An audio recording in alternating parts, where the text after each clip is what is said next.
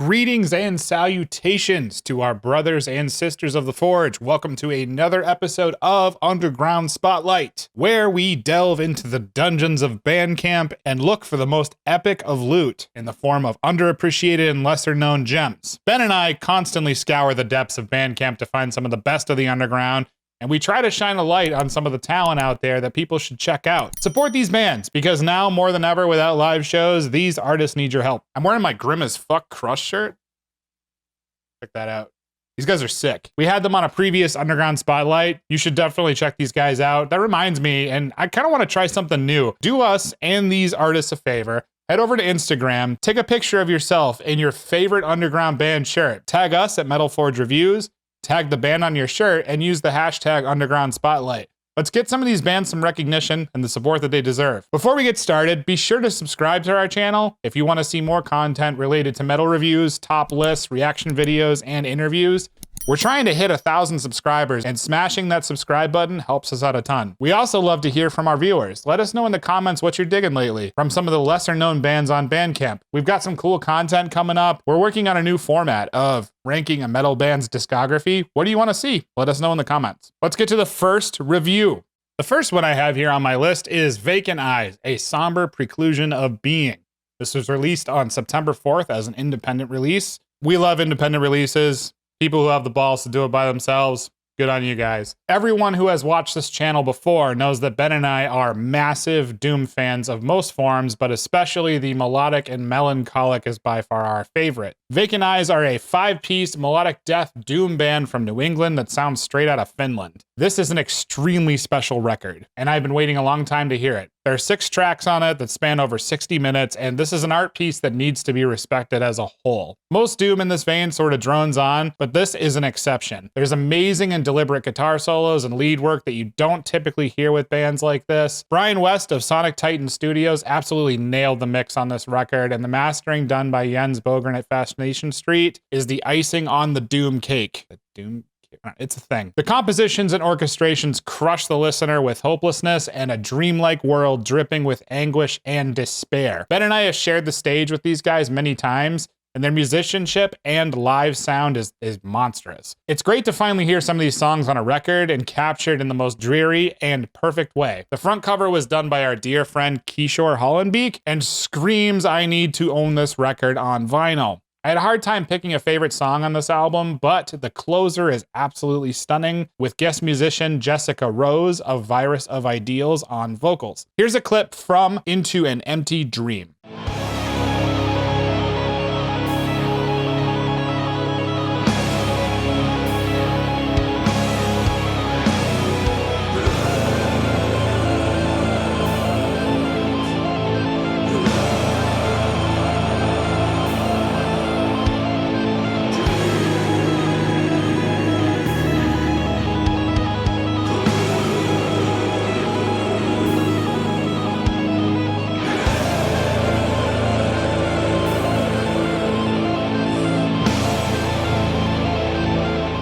That tapping part that basically never ends, that would terrify me to play live. So I don't know how you guys do that. Props. You can support Vacant Eyes on their Bandcamp, where they have a ton of killer merch. T-shirts, CDs, bundles, vinyl, all the stuff that you could possibly want. Definitely support these guys. It took them years to make this record, and they labored over every single detail. Congratulations, guys. Absolutely stellar release. Ben, what do you have next? Yeah, Brandon, that is a great pick with Vacant Eyes. That album is dense, but I think just given the themes and the lyrical content and everything that Vacant Eyes is doing, that's an album that really deserves to be dense, and it requires your attention. I love this album. It very well could be a top pick of September for me, so we'll see what else we have. Still about halfway through the month here. So, my first pick for Underground Spotlight is Desolator, Sermon of Apathy. It is the second album from the Swedish death metal group, and it was released on Black Lion Records. It is a great blend of old school death metal and Swedish melodic death. You might hear, oh, Swedish death metal, and think, oh, it's another grave or entombed clone, and this is simply not the case. Desolator is a part of the new generation of Swedish death metal, and they balance their influences very well. There are strong wafts of inspiration inspiration from Morbid Angel, Vader, and Immolation, while still sprinkling in grooves inspired by Bolt Thrower and Dismember. Sonically, this record has everything mixed in and arranged very well. There isn't anything groundbreaking or genre-bending here, but it's definitely a strong release from a band that hasn't put out anything new in about 4 years. Desolator is very well plugged in to the current trend of everything nostalgic, where 30-something-year-olds like Brandon and myself are reliving our teenage years through playing the music and listening to the music that we grew up on. One of the things I really like about this record is that it's not a splatter worship or serial killer worship record, which gets kind of old to me personally. The lyrics are very introspective for a death metal record, which is a nice twist. I highlighted some lyrics from the song Methods of Self-Deception. How can we not feel shame over what we've become? How can we not feel complicit in the world's wrongs? Methods of Self-Deception. Here's a highlight from that song.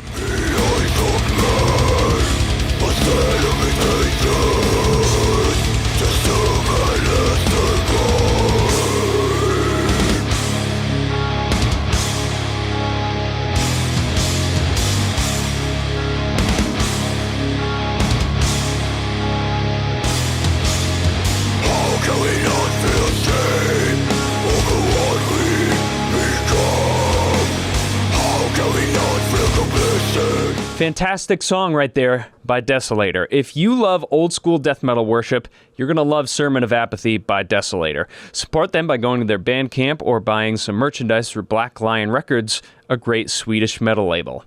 Brandon, throwing it over to you, buddy. The next one I have on here is Goldenhall Collide.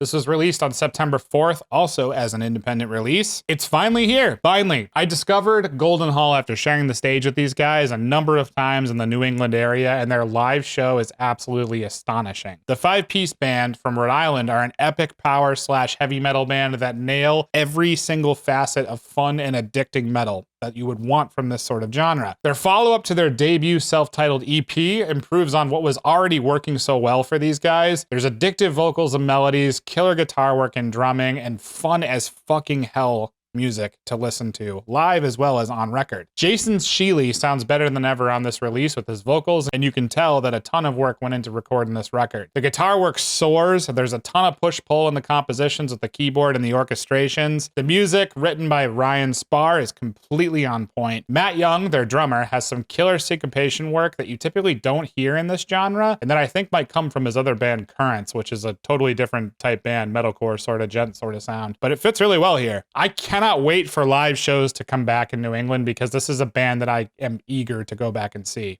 Here's a clip from the album opener, An Awakening.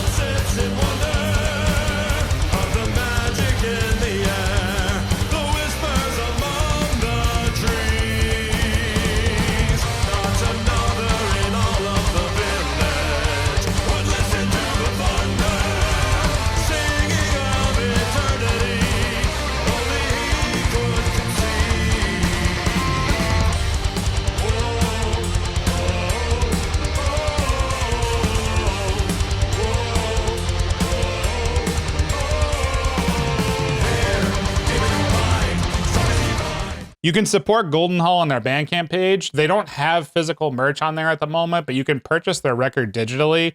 They absolutely deserve your support. You don't see bands like this too much anymore that are doing it this well, and more people need to hear Goldenhall. Ben, what do you have next? Thanks, Brandon. Next on me... I gotta stop saying that. Thanks, Brandon. Next on my list is Melt, The Secret Teaching of Sorrow. Melt is a band from France that got in touch with us via email. As far as I could tell, this is an independent release.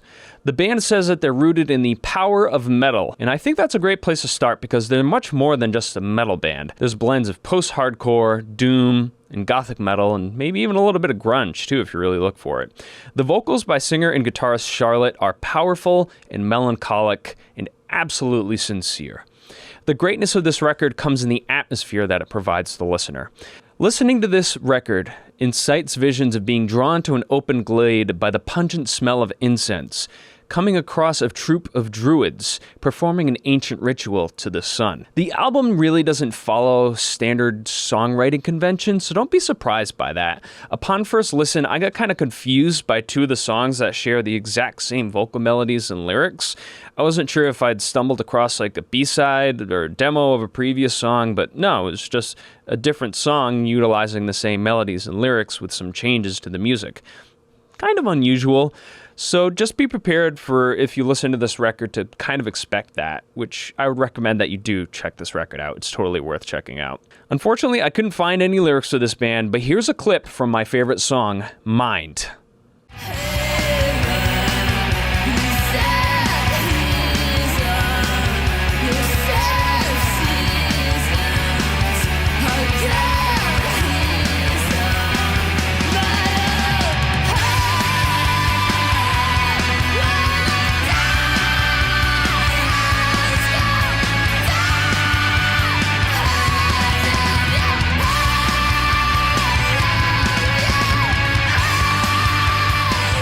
Man, those high notes in that chorus are insane! This is a band I'm definitely going to keep on my radar. With some polishing of their sonic qualities and refinement of their songwriting, I'm sure they can put out an album contender of the year moving forward. Absolutely, 100% believe that. Be sure to support Melt by going to their Bandcamp and following them on Instagram. Over to you, Brandon. Next on my list is Bellower, Legendary Bones, released June 9th, 2020 as an independent release. This band actually caught my eye because I love the game Banner Saga, and the very first game, the boss is Bellower, and I always thought that would be a badass band name. They have it, and they're a pretty killer band. The album artwork on this struck me immediately with the black and white pencil aesthetic with blood red horns. Massachusetts-based Bellower are a really interesting band, and I really dug this record a lot. I'm not sure how to classify them, as there's a lot of elements of death and black metal, but I think the main staple of this band is the super fast picking melodic tremolo riffs all over the place. Seriously, this music sounds exhausting to play if you're a guitar player in this band. I'm not sure who did the production, but the album sounds like it belongs in the 90s in the best way. I love the lo-fi atmosphere on this album. The vocals are punishing, sort of a black metal blasted out lo-fi kind of sound. The vocals give the album a ton of energy and add a lot of dynamics to the sonic landscape. Josh Moran, the guitarist and vocalist of Vacant Eyes, who I've mentioned previously, actually plays guitar in Bellower, so it's cool to see another side to him as well. The debut full-length boasts 6 tracks of fairly long songs, about 7 to 9 minutes each, full of melodic brutality. This is a killer record, and they fit great in the New England scene among some of the other blackened groups like Lord Almighty and Black Mass, among some of the others. Here's a clip from The Nest.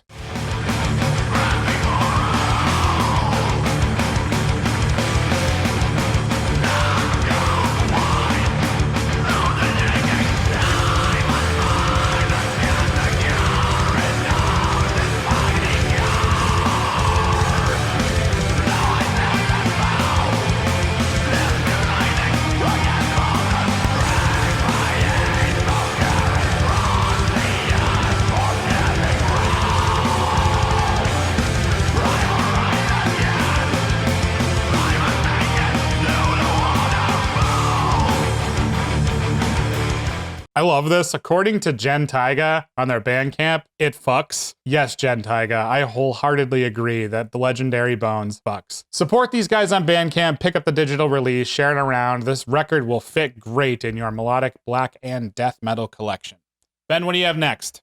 Thanks, man. Next on my list is Antena White Opera, Ouroboros. This is an Italian band that got in touch with us via Instagram. This release stretches all the way back to the beginning of the year, back in January. It is progressive symphonic metal in the likes of Dream Theater, Pain of Salvation, Symphony X, with a little bit of Pink Floyd and Roger Waters mixed in there. I love the symphonic arrangements in this album. And the female vocals are beautiful and melodic. Another cool band with female vocals. There are great guitar riffs and solos that are very, very tasteful. Something that I really enjoy in this genre of music. The songwriting and musicianship is really top-notch, but more than that, it's very engaging. It's very interesting to listen to. There's a lot of potential for this band, and I'm not saying that because this album is bad. It's far from bad. Sonically, though, I want to see them get chunkier guitar tone in the rhythm sections. The bass is also a little bit thin. It's really missing when you really want to beef those sections up, especially when it's contrasted by the symphonic sections that sound super full. If they tightened up some of the tones in their mixing, this band could easily release a masterful record simply because the musicianship is top-notch and the songwriting is also top-notch. It's right up there. Lyrical themes seem to be allegories about the human condition. They sing in English, which is nice for a larger audience. And some of my favorite lines from this band are, "I change my life to find me now. I am lying down on a pile of boulders. I call my cross, it's not the end. I'm scared, but I want to try." Very moody stuff from the song Pile of Boulders. Check that song out. But before you do, check this song out. It's called Descent. It's one of my favorite songs from this album.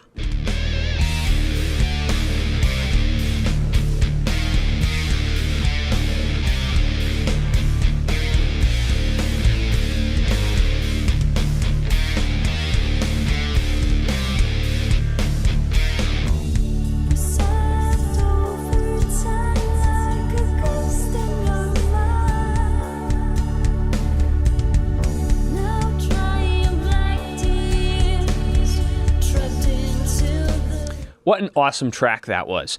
If you're really into this type of music, keep Antena White Opera on your radar, because with the right audio engineer, I think this band will release something special, really special, in the years to come. Follow them on Instagram and listen to Ouroboros on Spotify or YouTube.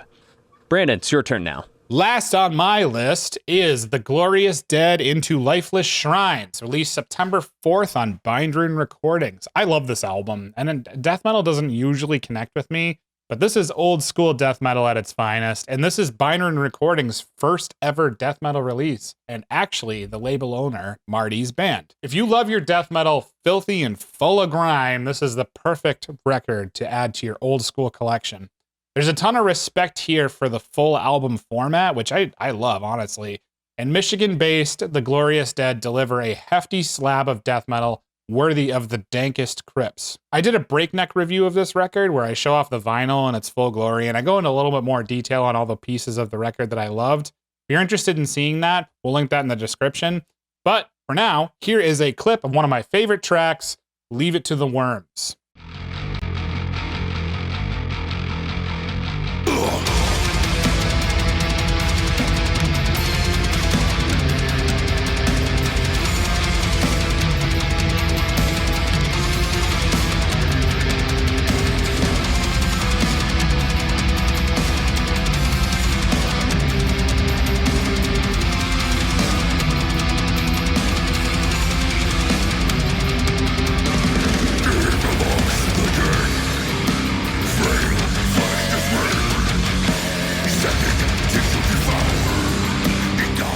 I fucking love that that kicks off the song. It's so badass. Head on over to the Bindrune website or their Bandcamp page. The Glorious Dead have a ton of killer merch in the form of shirts and vinyl. The album artwork is fucking badass. You know you want that on a shirt and to own that vinyl. Do it now. Do it.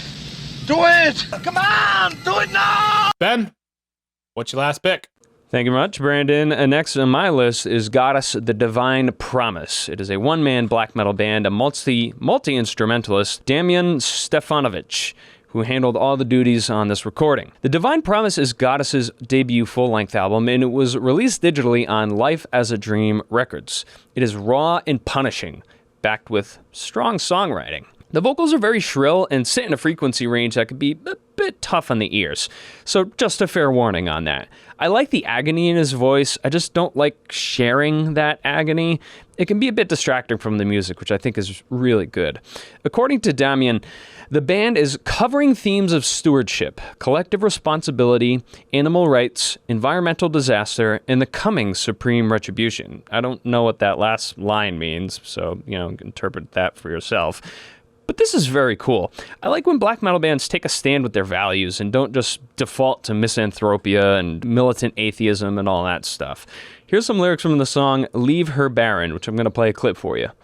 Leaving her barren, victim of your greed, violently plundered but lacking in need. Your denial will not save you, your ignorance cannot save you. All you climate change deniers, take heed and listen to this clip from Leave Her Barren.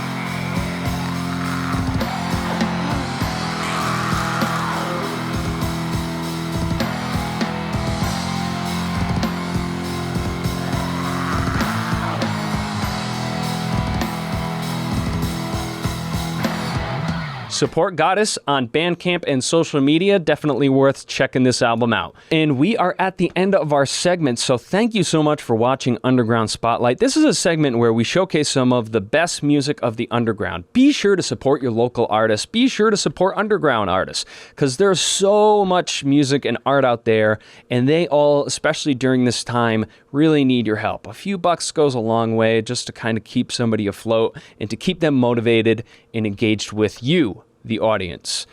If you've got some favorite underground bands that you've discovered this year, definitely share them in the comments below. And as always, we appreciate your engagement with us. Be sure to like, share, and subscribe, because we have a wide variety of segments and we don't want you to miss out on any of them. Next Friday's video premiere on September 25th will be our top picks of the month, so be sure to tune into that one. Thank you. Take care of yourself. Take care of one another. Be well.